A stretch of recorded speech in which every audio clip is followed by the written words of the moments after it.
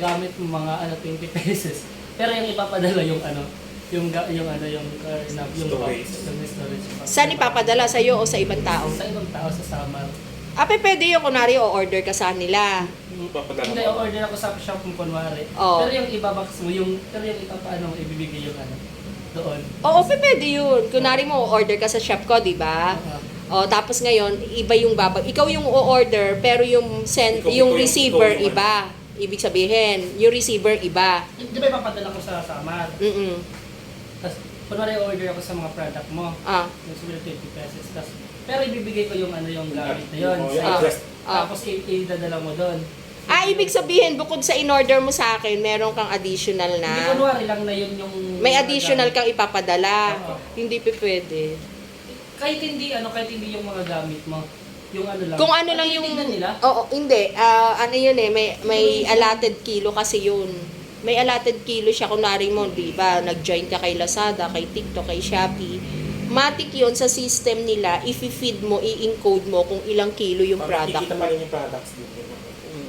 Ngayon, pag sumobra ka doon, magkakaroon ka ng, mare-red flag ka sa kanila. Pati sa courier. Pag sumobra ka doon sa i-feed mo sa in-encode mong kilo. Ano ang kailangan yan? Di ba kunwari may... Wala, basta kung ano lang yung product namin sa online shop na in-order mo, yun lang yung pipick upin ni courier. RRG? Ano yung RRG? Anong RRG? Ano yung SRG? JRS, yung mga courier. JRS, LBC, JNT, Lalamove. Ang Lalamove kasi mahal eh. Ha? Pwede pala sa GLT? Oo, pwede. Magbubuk ka sa kanila. It's either... lang mas madali. O kaya Air 21. Yun, ganun. Kasi parang Air 21? parang yung LBC din.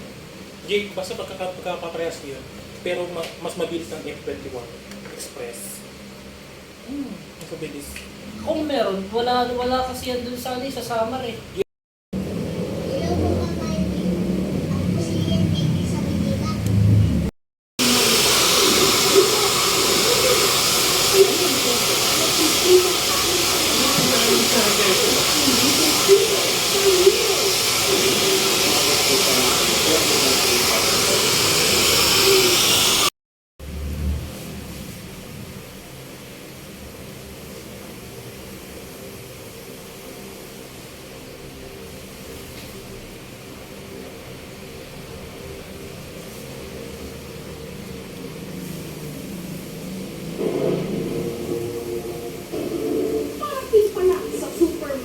Dito sa Mandaue City sa Cebu, ang dispatcher na si Clinton, hilihan na.